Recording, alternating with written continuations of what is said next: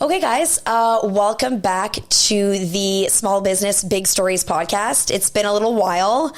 I've just been really busy and figuring things out on my own in terms of entrepreneurship and balancing a 9 to 5, but I'm so happy to be back. I have Lana here, which I'm super excited about. And Lana, you and I have been in contact for a little while now. Yep. And just like myself, just been trying to navigate a really busy schedule. And we finally made it here today, which is awesome. Lana runs Women Who Freelance, and I'm going to pass it on to Lana just to give us a bit more detail. I like to do as little talking as possible. That's fine. Just so I give you the opportunity to highlight everything that you're doing. Absolutely. So go ahead. Yeah. So I'm Lana. Yeah. I am a freelance marketing consultant. That's what I'm doing currently, freelancing full time. And I run a community called Women Who Freelance, which you're familiar with. I'm not sure how you joined the community. Maybe you joined the Facebook group or found us on Instagram. But we're essentially an online community and a directory for women freelancers in Canada. We have 3 chapters. The first one is Toronto, which is the biggest chapter. We have about 17,000 people, I think, at this point. Wow. And then we have the Montreal community and then the Vancouver community, which is smaller, but still a mighty, it's still busy there.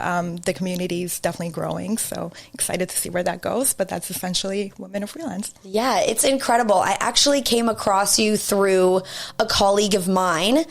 She runs an all women's gym. Okay. So any woman a woman who or a person who identifies as a female, is welcome at the gym. And she let me know about your page. She's like, have you ever heard of Women Who Freelance? She was like, I joined the page a while ago, and it's a great page to network and to see what other women in Toronto or in Canada are doing, and a way, to sort of help each other out. Yep.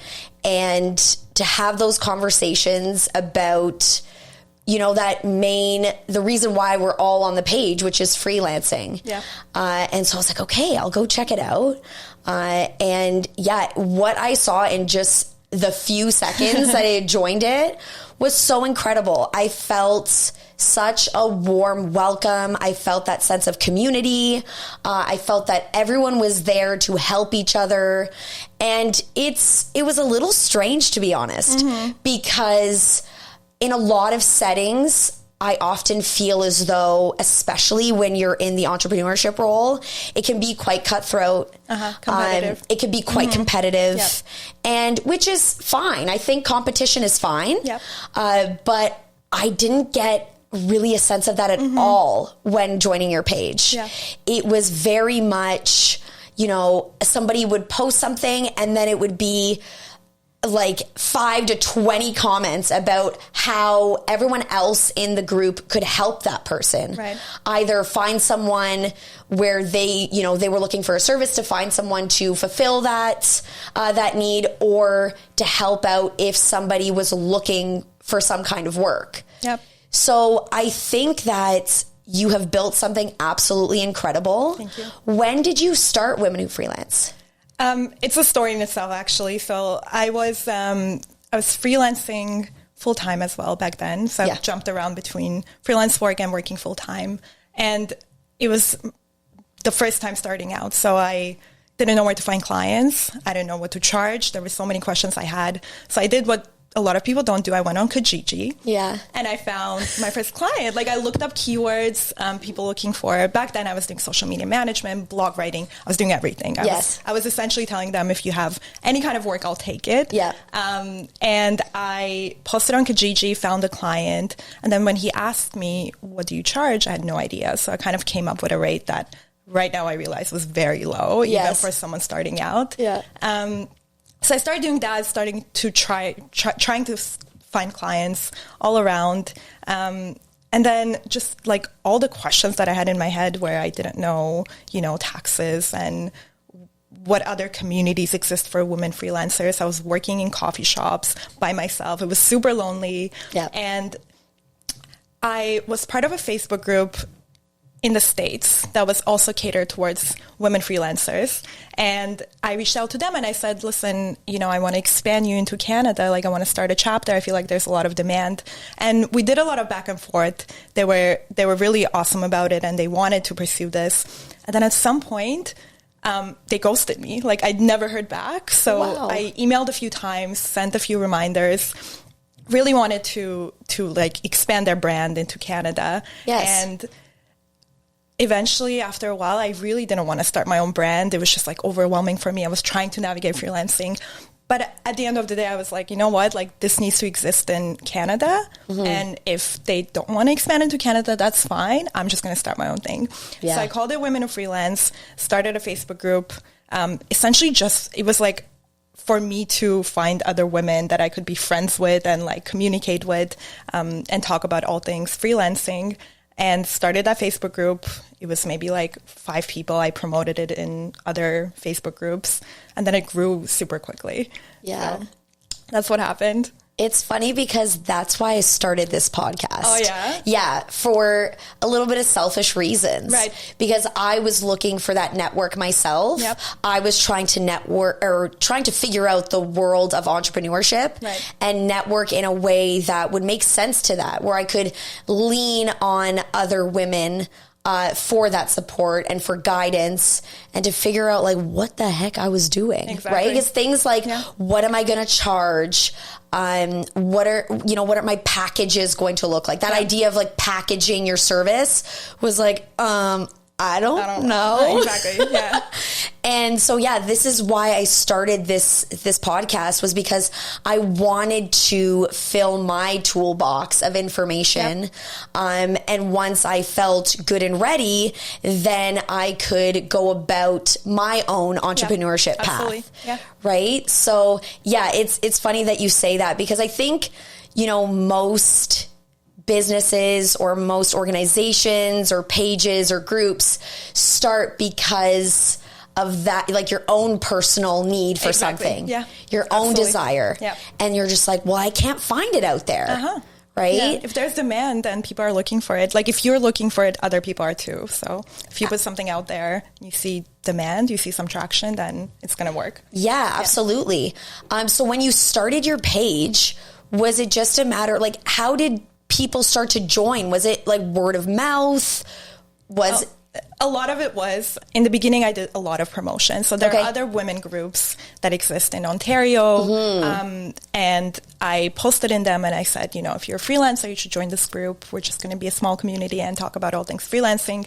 Yeah. I did that for maybe a month. And then since then, it's just grown organically. Like, I haven't promoted anything. It's just been word of mouth.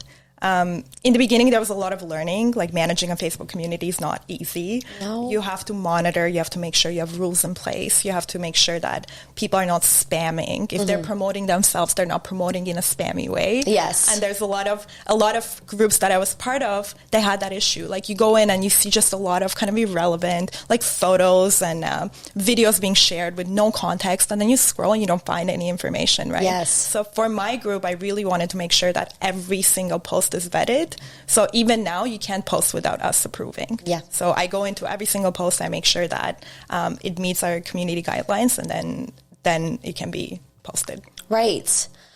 You also made mention of a directory. Yeah. So what does that mean exactly for Women Who Freelance? Yeah. So the Facebook group was, growing for about 2 years, and I realized we needed some kind of resources or like a website, something more formal to put in place. And a lot of the issues that a lot of freelancers were having was that some of them didn't have a website, for instance, but wanted to have some kind of like a web presence to show their work. And a lot of them just didn't know how to find clients. Like, there was no centralized place where right now, as a Canadian business, if you want to hire freelancers, you might go on Upwork. So there's freelancing platforms out there, but they're not, the rates there and the competition is the rates are very low because Yeah. it is overseas. A lot of the people who are working there are overseas, and the standard for how much you can charge is very low. Yeah. So I found that, and I wanted to create something where you can go and find freelancers, whether you want to refer people, whether you want to get inspiration on like your own website and see what other people are doing, how much they're charging. Yeah. And also just to promote to recruiters and companies in Canada to find their own freelancers. So a directory was the best way to do that.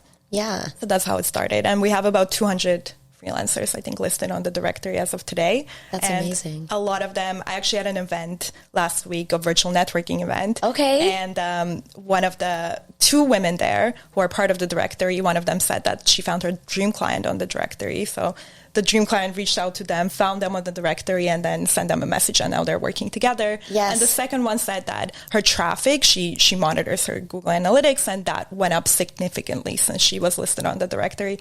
And I promoted, I reach out to, on LinkedIn, to recruiters. If I see someone's hiring a lot of freelancers, I'll reach out to them and say, here's a resource. You should hire these women.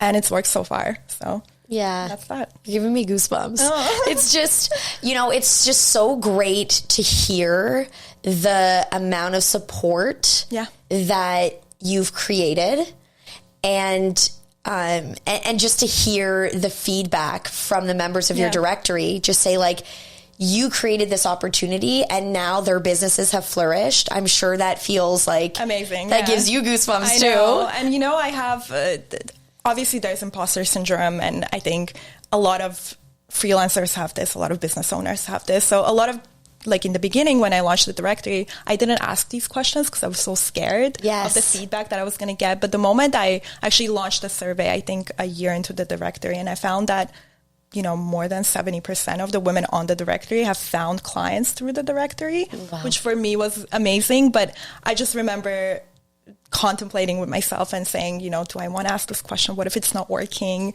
And being really worried. And then when I asked that question, it gave me the confidence to keep going. Yes. Yeah. Because, you get to a point where those questions come in your head. And I think, at least for myself personally, I'm just like, I'm at a point where I just have to go for it. Yeah. Like I can't let fear get in the way anymore. And yeah, that's great that, you were able to kind of like, take it upon yourself and really say like, I want to take that step. And I mean, look where it got you, right? Yeah.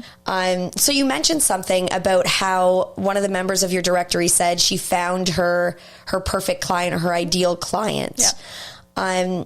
What do you think, because a lot of the listeners are entrepreneurs or aspiring entrepreneurs, and what do you think that means? Like to have an ideal client or to find your perfect client? What do you think that means? How do you formulate that? So a question that I like to ask our directory members when they join, that's one of the questions on the forums, is actually, who is your ideal client? Yeah. Makes them think about it, understand who their persona is, like who's that person that they're marketing to. It comes from that. Like, I think thinking of your persona, the people who will benefit the most from your services that you will enjoy working with. And that's essentially your ideal client. It can mean different things for different people. For some people, an ideal client is someone who pays a lot of money. Yeah. And that's it, and that's fair. I get that. For other people, maybe it's an industry or a brand that they really like, or maybe someone really wants to work with beauty brands or legal firms. There's so many different ones. And a lot of the times, if they find that ideal client, a lot of the times they'll actually say, I can discount my services for you because I really want to work with you. And I've seen a lot of that as well. So I think it can mean different things for different people. For me personally, as a freelancer, it's a mix. Yeah. I think it's someone who obviously pays the rate that I have. Yes. Respects my boundaries. That's a big one for freelancing. Has good communication, and someone within an industry that I enjoy, working with, a product that I enjoy working with. Yeah. So I think for me, that's that. Yeah.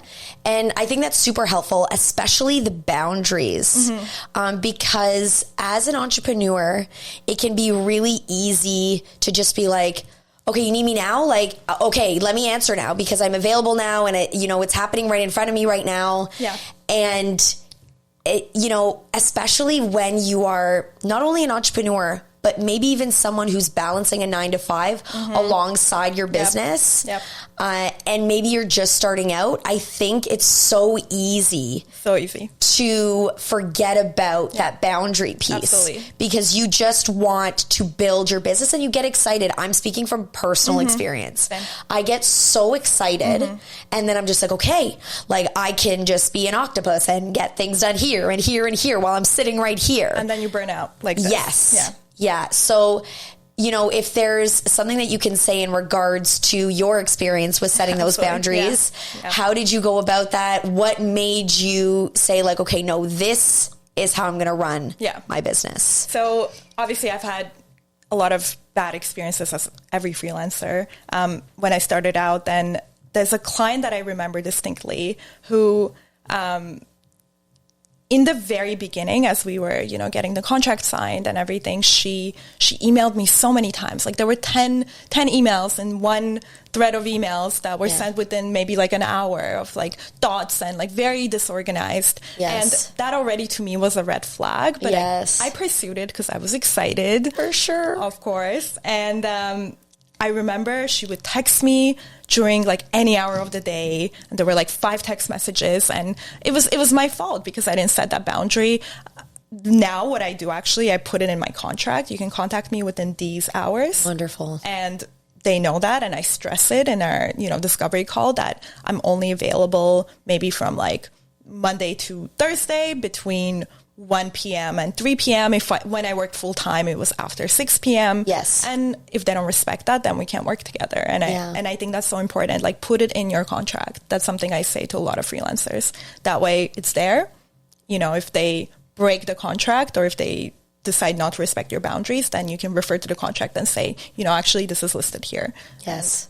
And from there, if you realize that, they don't respect your boundaries, then you just stop working together. And I've done that before. Really? Yeah. With that client that I mentioned. After a while, after a month, I couldn't do it anymore. And, I emailed her and said, I don't think this is a good fit. And I can refer you to other freelancers, but I don't think we can work together anymore. Yeah, it's tricky to find that balance because like you said, you get really excited. Yeah. But then it's like, especially when you're balancing other things, but even if you're not balancing other things, right? And you're freelancing and that's what you do. It's important to kind of keep that space for yourself. Yeah. And people, I think, need to realize that more and more. I even remember during COVID, or the peak of COVID, it was even hard with working my 9-to-5. Yeah. In addition to doing my, running my side business, because there was no real separation of work and home. Absolutely, 100%. I can relate. Yeah. And I think even a lot of freelancers now, especially if you're using part of your home, like, I've worked with a freelancer who uses part of her home as her photography studio. And so physically there's no separation between home and work. And so I think it makes it even harder to set those boundaries. 100%. But I think when you do, it's just so, it's very powerful and you feel like you are definitely more in control. And I think, in general, people will respect you more for it. Absolutely. Because, or the clients that you want to gravitate towards you, will respect more of that because, you're a person. Yeah. And you're not a robot and you can only do so many things. And so I think it's really important for anyone who is thinking about, exploring entrepreneurship or maybe in the beginning phases, or maybe you've been doing it for a while and it's something that you struggle with. It's important to keep in mind that you are one person and you need to make space for yourself. Absolutely. And it's a journey.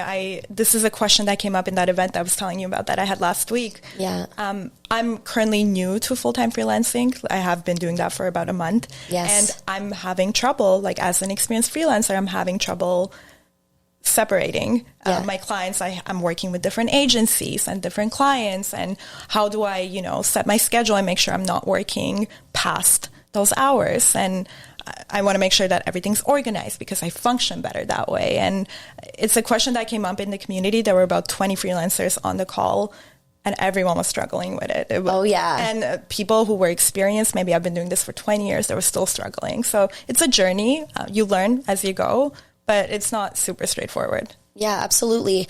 Especially since we live in such an online world now. Again, you know, with the peak of COVID, everything really became, like, a lot of services became virtual. So a lot of businesses transitioned. And so when you have your business in your hand and you have your social in your hand, you essentially have everything in your hand. It's hard to make that distinction, to set that boundary for yourself. What were some of the suggestions in the virtual event? Great suggestions. One of them said, you know, time block your time and make sure your calendar, even if it's not a meeting, you know, put in 2 hours I'm working on this, 3 hours I'm working on this. And that way it keeps you a little more organized. Have a to-do list. That's another one that people mentioned, that at the end of the day you feel like you've accomplished something. I love a good to-do list. When you just my gosh, or cross things off. I don't understand what it is. And I know a lot of people who do feel the same satisfaction, but when I talk about it at length, sometimes some people look at me and they're like, it's a list, calm down. And I'm like, you don't understand. This list is paramount to my ability to function. For sure. I haven't been doing much of that, and I need to start doing it. Project management softwares exist as well, so that way you can move things along, you know, the funnel, the stages. And or you can maybe possibly get like a time tracking software. There's so many tools available. It's just navigating and understanding what works for you. Absolutely. So what made you pick freelancing? Like, what made you, you know, have that interest in marketing and then be like, you know what, I'm going to do this on my own, or try this, dip my toes in the water and see what it's like to do this solo. For sure. So I started freelancing about a year after graduating university. Okay. In university, I studied political science. I worked as a marketer, so very different fields. Yes. I started dabbing into marketing back in university, did some like internships and stuff like that, and really wanted to understand whether this is something I want to do. After graduation, I found a job in marketing, but it wasn't really a marketing job. The title was a marketing job, but what I was doing was actually not marketing. It was a lot of project management. It was some like trade show organization and stuff like that. And then about half a year into that job, there was some restructuring and they put me into a sales role. Got it. So I was essentially fresh out of university trying to figure out what kind of marketing I like to do, which way I want to niche down. And they put me into the sales job, and I have no opportunity to figure out what I like doing within marketing. I didn't like sales, that was for sure. Yes. And you knew what you didn't want. Exactly. And essentially that was it. I said, you know, why don't I find projects on the side and try to figure out, at least that will give me, you know, flexibility, a bit of adding things to my resume. That's one thing. And then another thing is it's for me to try out what I like to do and what I don't like to do. So as I mentioned, when I started freelancing, I offered social media services. It was blog writing, website creation. It was a lot of everything. Yes. And it helped me figure out what I like doing. Yeah. So that was very helpful. And I recommend that to anyone, honestly, even if you're not looking to freelance long term, but if you're trying to figure out what you like to do, pick up a few projects here and there and then see which one makes you happier and which one makes you more passionate, and then go from there. Yeah, I think, you know, there is this fear, at least personally speaking, and I know, you know, speaking to my group of friends too, there's a lot of fear that comes with doing things on your own.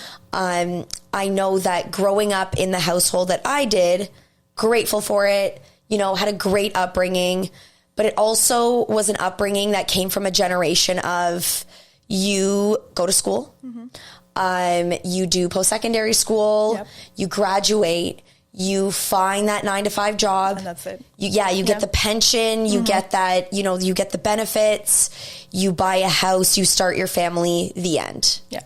You know? Same. And I think a lot of people, at least like our age, coming up at the age of, what is the name of our generation? Are we millennials? We are millennials. We are millennials. Okay. Yeah. So being a millennial, we still come from that generation of like being raised by that generation who very much believed in that kind of structured life. Yeah. And stability. Yes. Stability is so important. And staying at a job for like 30 plus years. Yeah. I could not imagine that. No. And so, yeah, to play around with that idea of, okay, my parents and my grandparents are telling me, you know, this is what security means. This is what living a life is. And then seeing what others are sort of dabbling with more and more and thinking, like maybe that's something that I'd like to try out. It's scary. It's scary. Because, like, you know, your family has a certain expectation. Society has a certain expectation of you. Society is structured around these expectations. You know, banks are, you know, institutions are structured around these expectations.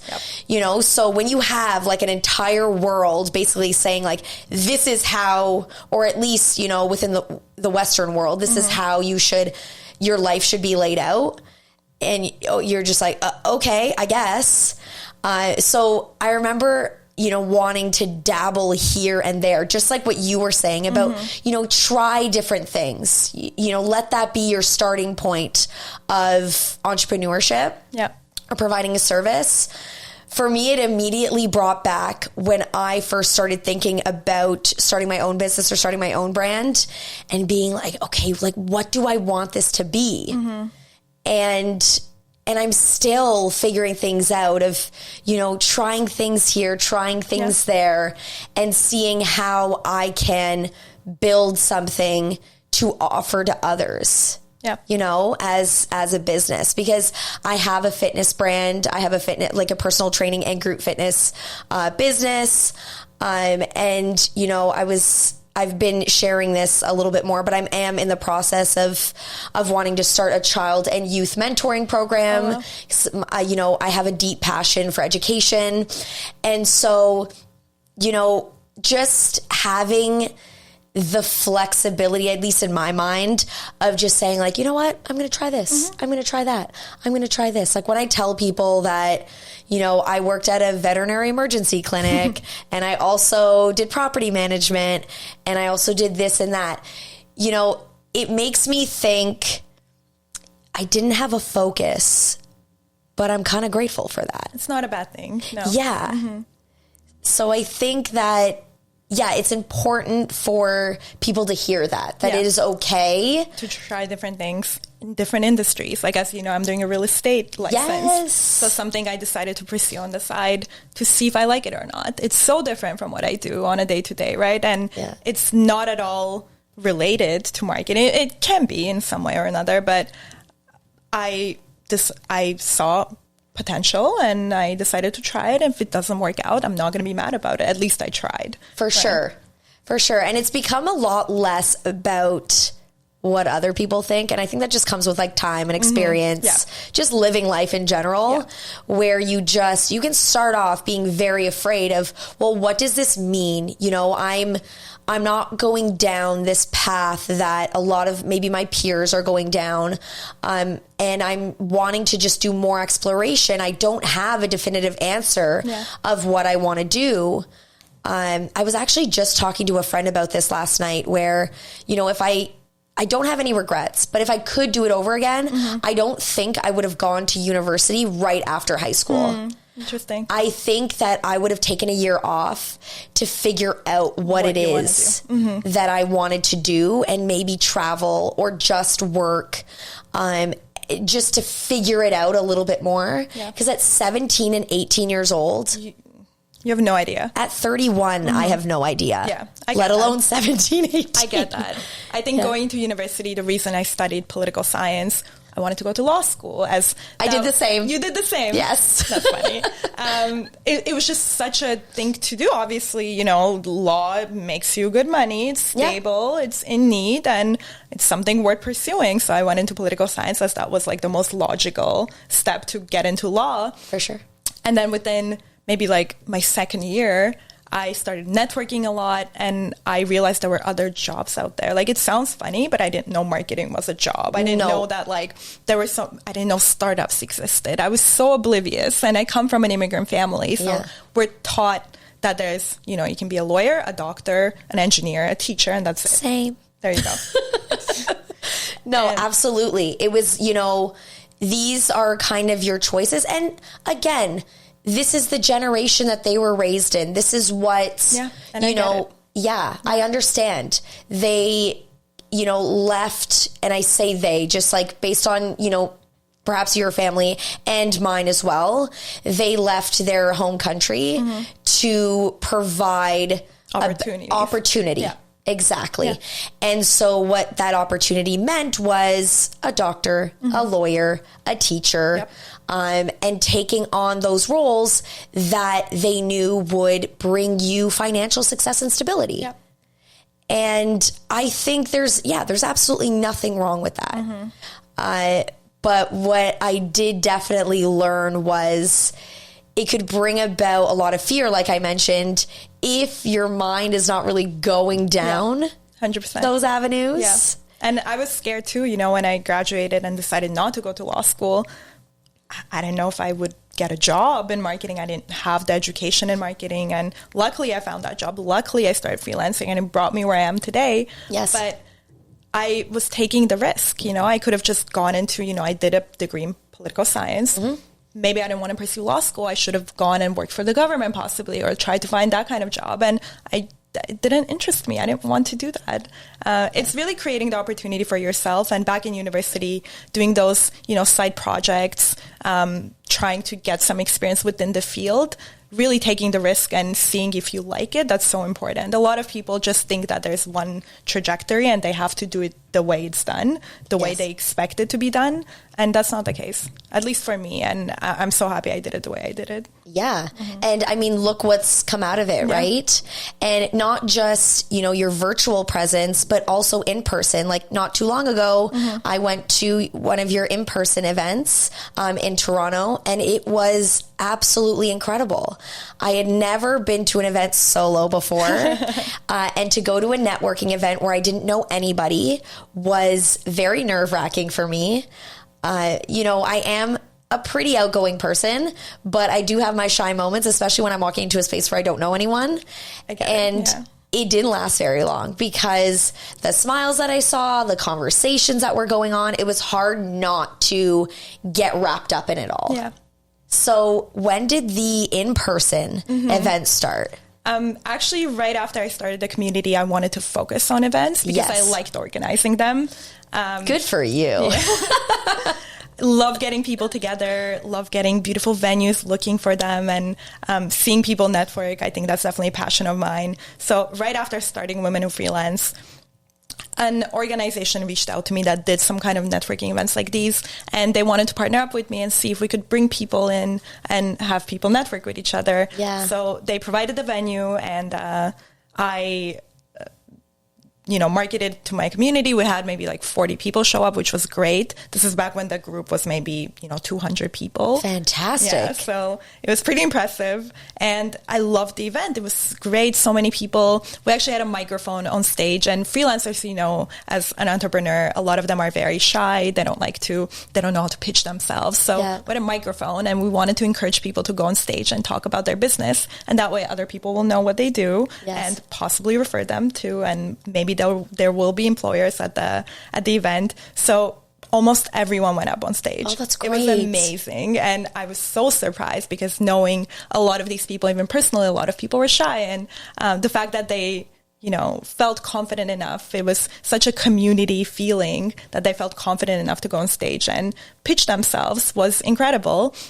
So I love that. And then we started doing more events like that, whether there were workshops. We did a branding workshop. We did a panel discussion. We did a tax event. Amazing. So a lot of in-person events. And I love doing that. And then COVID happened, so we didn't have any events. Yes. We started doing virtual events, virtual networking, virtual workshops. We still do them just to cater to other, people who don't live in Toronto, because obviously I'm here and I can't organize an event in Montreal and Vancouver. Unfortunately, no. Unfortunately, cloning is not so accessible right now. Exactly. And so it was virtual events for a while, and that event that you went to a month ago was our first in-person event since COVID, because it just took a while. I wasn't sure if people were comfortable. People kept asking me to do an in-person event, so finally I decided, probably it's time, and I'm so happy we did it, and I want to do more. Even that energy there was so contagious that I would love to, do this monthly, but it is a lot of work. Absolutely. Yeah. And when you bring women together, it can be such a powerful experience. Again, like you created such a supportive community that it translates to everything that you do. And just by, meeting you and talking to you, it's like you want this to be about everyone else and about everyone else's growth. Yeah. And I could feel it in the event. I could feel it talking to you now, and through our email exchanges. So it's it's such a great energy that you give off. Thank you. Yeah. It's very much I'm here for what you need in the best way possible and with my boundaries set. Exactly. But I'm here to see everyone grow, and everyone flourish in their business. Do you remember who your first member was, or your first couple of members? I don't remember, but there are a few members that joined at the very beginning or came maybe to the first event. Yeah. And now they're so successful. Yes. I've been able to watch them grow, and obviously I follow them on Instagram, and I constantly check Facebook, and I see where they were in the beginning and then where they are now, and it's incredible how quickly you can grow your business if you have the right community around you. Right. And a lot of it was due to Women Who Freelance, because they found their clients there. They found a network there to be able to do things better, and ask for advice. And it's incredible. That's what keeps me going, because obviously I don't monetize on the community too much. There's obviously the directory, and then we have events that we charge for very accessible fees, and it's essentially to just keep the community going, website domain, there's softwares, there's emails and things like that. So absolutely, it's hard to run something that, is not, it doesn't bring you a lot of money, especially if you don't have much time. Yes. And the reason really that I kept it going was seeing the growth. I realized if I stop doing this now, then it won't exist. Yeah. And then maybe someone else will take over and it won't run the same way. And it's just, for me, it's my passion project. It makes it's your baby. Me happy. It's my baby. Yeah. It's my creative outlet. The type of marketing I do now, it's very analytical and very process oriented. So I don't do a lot of creative stuff. And Women Who Freelance for me is that creative outlet. It's for me to go there and organize events and run social media accounts and create design, work on my website, write blogs. And sometimes it's even a hobby for me at this point, because I like doing it. And then that's where I'll go if I feel that my day has become very just operational, if that makes sense. What an incredible thing to have. People often spend quite a bit of time finding what it is that you just said. Yeah. And that sort of brings me to this sort of topic that gets brought up a lot of, age and being somewhere in your life at a certain age or a certain point in your life. And I feel like entrepreneurship gives you that opportunity to explore no matter what age you are. And I feel like this world of, blossoming entrepreneurship has opened that up for more people, even within their more, 9 to 5 careers, where, I've seen people start off in one industry for several years, and then they decide in their 40s and 50s that they're going to go get their doctorate degree or, finish their university degree or go to college and these things for another, diploma or whatever it may be. Yeah, I think that we've just been in this incredible space where openness and exploration has become that much more accessible. Yeah. And I think a part of that has been entrepreneurship, has been people more open to exploring themselves and their interests. Yeah. And, bringing up that point, I was wondering if you saw, during, the peak of COVID, if you saw any sort of change or growth within the network because, people were maybe had more time to think about what is it that I really want, or, I still have my 9 to 5, but I still, I have this like spare time that I have at home, and it's given me time to reflect. And now I'm thinking, okay, am I where I want to be? Did you find that so much in the platform? Yeah. It's funny you ask, because during COVID, I think was the period where we grew the most. I think before, I'm trying to remember, before COVID, we maybe had 6,000 people. And then during COVID, at least within those like 2 years, it was double that, it was so quick. And a lot of it was people were getting laid off. That was one thing. And they wanted to explore other ways to generate income. That was one. A lot of people didn't want to do their job anymore because, as you mentioned, everything was online now, and then they were working from home. They realized that maybe this is not something they want to do. For a lot of people, going to the office was the primary part of why they wanted a corporate job. And then when they realized they're working from home anyway, it didn't matter. Yes. A lot of mothers who wanted to, do something on the side, generate some income on the side as they were raising their baby, for instance. There were so many scenarios like that. And I'm very happy COVID happened, because freelancing is a lot more popular now. And I think it happened during COVID. And it's just the openness towards, trying something new and working for yourself. And I truly believe that you can do it on the side of your full-time job if you want to. If you have the time, it's definitely doable.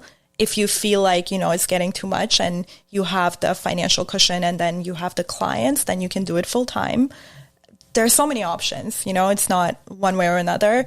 A lot of freelancers within my community, I had these conversations with a lot of people because I was working full-time freelancing on the side. And they were like, well, are we really freelancers? Because, we have a full-time job. So is this like a hobby? Are we side hustlers? That term came up a lot. And I said, no, absolutely not. If you're providing freelance services, no matter what they are, you could be baking bread. You could be, providing legal consulting. You could be an accountant. There's so many different ways of doing it. You are a freelancer, and there's no, set way of doing that. It doesn't matter if you have a full-time job or have something as another part-time job on the side. It really doesn't. Absolutely. I think it's something that we as a society struggle with, and sometimes, and I struggle with it, including myself. I struggle with it, but it is like trying to always put something in a box, like trying to put something in a category, right? And so if you do this, then you're this kind of person. If you do this, then you're this kind of person. If you work a 9 to 5 and then also freelance, like, are you really a freelance? Those questions sort of come up because the area is so gray at that point, but in our minds, we want to find the black and white.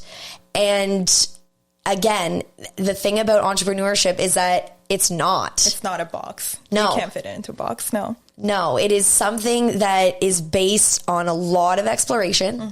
And I think that you as a person just have to be, and I find that with entrepreneurs, they're the type of people that are really open to that risk taking.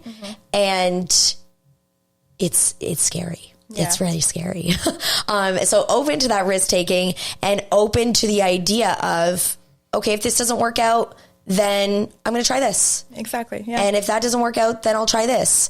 And at the end of the day, I'll make it work because I am who I am and I'll figure it out. Yeah. It can get scary because, again, we live in this society that is so structured on, well, I have to pay things like rent or pay a mortgage or pay to commute to work or pay for my car.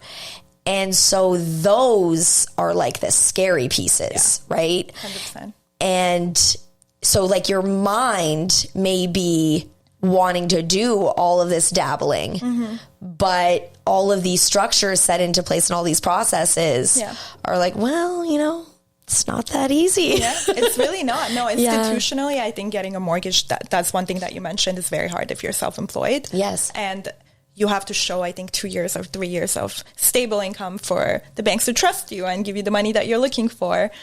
And what I say, a lot of people bring this up, and what I say, if you have to pick up a full-time job for 1 year or 2 years, it's unfortunate that you have to do that. But if that's the case, to just show the fact that you're getting some income and then go freelance, do that. I wish we didn't have to do that, but that's the case. Or benefits. That's another thing that a lot of people don't have. There's a great organization called Lively that we partnered up with, and they're trying to solve this challenge. They're trying to provide group benefits to freelancers. That's incredible. And they're, the founders, they're amazing, and they're really trying to find solutions to all these issues that freelancers are experiencing institutionally. And it's not that easy. It's been set in place for years, centuries, right? And it's very difficult to break that. But I think the fact that so many people are trying to, that's already amazing.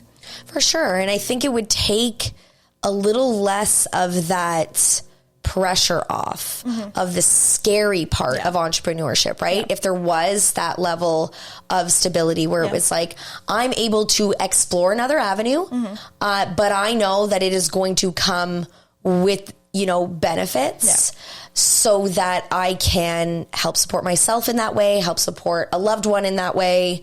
I think, the scary part of entrepreneurship would sort of dissipate. Yeah. So that's incredible. The name of the company is Lively? Lively, yeah. That's a great name. Yeah. Are they Canadian? They're Canadian, yeah. Okay. Yeah. That is so cool. Yeah.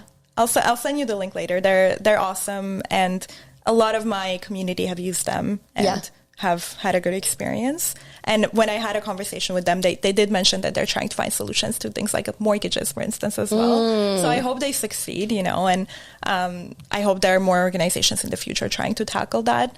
But having resources like that in place is so important. So I actively seek out partnerships with companies like this to just make sure that freelancers are aware, because it's hard to find. You can't just Google these things and come across, these platforms, because a lot of them are new. And that's one of the things that I recently started doing is monitoring the group, understanding the challenges, and then trying to bring a solution or partnering up with an organization that provides that. Whether it's, insurance, like freelancer insurance, business insurance. We had a partnership with a company that was doing that. Benefits, that's another one. Contracts. So many different questions that come up and people don't know where to go to. If they're willing to pay the money, there are things in place, resources in place where they can purchase those. Yeah. And it's great to know this because, like you said, this information is not always out there and easily accessible. Yeah. So when you provide an amazing community with those helpful resources in place, it's like, this is where it's at. Yeah. So what are some of the businesses that have gravitated towards Women Who Freelance? One of them is Owner by RBC Ventures. You might be familiar with them. They essentially help you register your business and incorporate. Okay. So a lot of freelancers, if they're trying to use, for instance, not their full name, when they're providing freelancing services, if they have an agency or something like that, they have to register their business legally. Yeah. And that's a question that came up a lot in the community. And then if they're looking to incorporate, by the time they scale, that's something they can do as well. Yes. A lot of this information, it's found, on the CRA website. It's just not, it's very complicated to navigate. It's not easy. So Owner makes it easier to essentially just provide your information in 2 days. Your business is registered. I used them to register Women Who Freelance. Yeah. They were not a partner back then, but the moment I saw how easy it was, I reached out to them and I said, listen, I think this is something that could be a great resource to my community. Is there an incentive that, for example, you can provide to them so I can market you to the community and make just everything easier for everyone? And that was one of my first partnerships. Business insurance was another one that helps. It's like a online broker for different kinds of business insurance. So you can put in, what kind of insurance you're looking for, and they'll provide you a lot of different vendors with their rates, and then you can choose the one that you like the most. That was another one. A lot of different, I'm still trying to figure it out, what are other challenges that I can help solving, but at least these two have been super helpful to the community. And like just the simple fact that it's like, you're not just like running this page to have people network and speak, amongst each other, which is very, very helpful, but you are also providing that a bit of like that structure where it's like, this is, yes, the networking piece is very important, but here are the services to help you flourish as a business where, they would have otherwise had to, like you said, research here, there, and everywhere and maybe not have the best experience in that regard because the information might not be as accessible or it just might be just so overcomplicated that you don't even know if you're doing it right. Like it seems like that's the right one to choose, but you're not quite sure. So when you have these sort of like vetted pieces of information that's coming through your page, it's like, what else? You're getting like an all-in-one service on this incredible page. Yeah. And I make sure every time I have a partnership call that I vet them very well. I make sure that there are case studies, testimonials, that they're reputable. I read the reviews. I don't want to recommend anything that I'm not sure about. And a lot of the times what I do recommend is something I've used, like Owner. I've used it. I know it works. It was perfect. It was great. It was fast. And that's what I'll recommend to my community. And that's something that I make put a big emphasis on. That there are a lot of brands that reach out to me for partnerships, and if I don't know them, if I'm not familiar, if they don't go with the whole mission of my group, then I'm not going to work with them. I'm not trying to, go into partnerships with brands that just don't align. Yeah, absolutely. That's super important. And I think that shows to, who you are and what you're trying to accomplish. Partnership, just the idea of a partnership in general is like, wow, what a cool opportunity to work with another company, to help scale what you're trying to do, and to help open it up to another kind of audience. But like you said, if there's no alignment there, then what does all of that other stuff mean? Exactly. Right? So, speaking of this incredible community, you have not only developed this community for Toronto, but you have pages set up and events set up and community set up in some other places in Canada as well. Yeah. So if you can touch upon that. Yeah. So as I started the Toronto group, it grew, and I started getting messages from people within other cities in Toronto asking me, when is there going to be Women Who Freelance, Edmonton or Calgary? And it's hard, as I mentioned, to manage a group. I have 2 amazing moderators for the Toronto group that are volunteers, and they help me with approving posts and things like that. So that's made my job a lot easier because there are maybe 100 posts a day that we have to go through, and it's a lot of work. Yes. And when people reached out to me about other groups, other locations, I was hesitant. I wasn't sure if this is something I wanted to do, but I wanted to provide them an opportunity to have a community too. And the Montreal group was the first one that I started, I believe, and it wasn't growing as fast. So I reached out to a few entrepreneurs in Montreal. One of them agreed to manage that community. Her name's Afrina. She's amazing. So she's full on managing that community. Wow. She's done a meetup, I believe. I really fully trust her with, Women Who Freelance Montreal. She lives there, and she knows, who to reach out to for partnerships and things like that. So that was Montreal, and then Vancouver was the second one that I created. There's still requests coming in, and I'm still trying to navigate whether, I want to put all the groups together and just have Women Who Freelance Canada. Yeah. I did survey the community, and a lot of people were against that because they like having it, per city. Yeah. That way it's they like, like having their home represented. Exactly. Yes. It's still something I'm trying to navigate. It's possible I'll do that in the future just to make everything easier. I think that will also provide, because freelancers, a lot of them work remotely. If you're not a photographer, you don't need to travel. Right. If you're doing social media, graphic design, it doesn't matter where you are. And I feel like having a Women Who Freelance Canada group will provide more jobs and more opportunities to those people, but it's something I'm still thinking about. So not sure yet what will happen there, but it's possible that we'll have a Women Who Freelance Canada, and I feel like it'll just be a lot better. Yeah. I think that, with any business or with anything that you develop on your own, there's always that, what's next? Mm-hmm. What am I going to do with this question that, might be in your head or that's being posed in the groups? and how do you sort of proceed with that? I think that's super exciting, and I'm really excited to see where things go for you and to be a part of this incredible community or communities that you've created, and attending more of your events. Because like I said, you took me way out of my comfort zone, and yeah, I had such an incredible opportunity, connecting with women, and I continue to through the Facebook group, and through Instagram, and see what they're doing. And it inspires me. It really does. And it, puts that thought in my head of like, if I really want this, which I do, there's so many different ways that I can do this. Yeah. And seeing all of these women help to solidify that thought in my head, where like it doesn't only have to look one way. Yeah. And you have all of this incredible support. So I was so happy to be connected with your group. I'm so happy that my friend Sydney, who runs the gym, told me about your page, because it brought us here today, and it brought me to an incredible community that I'm so happy to be a part of. And so before we end off the episode, I would like to ask a couple of questions, of like lightning round questions, just to get to know you a little bit more, have the audience get to know you a little bit more outside of Women Who Freelance. And so like try to make the responses as like quick as possible. And then just to get to know Lana outside of Women Who Freelance. Okay. So, it's Friday night and you're done work. And you have, you're done the week. What are you doing?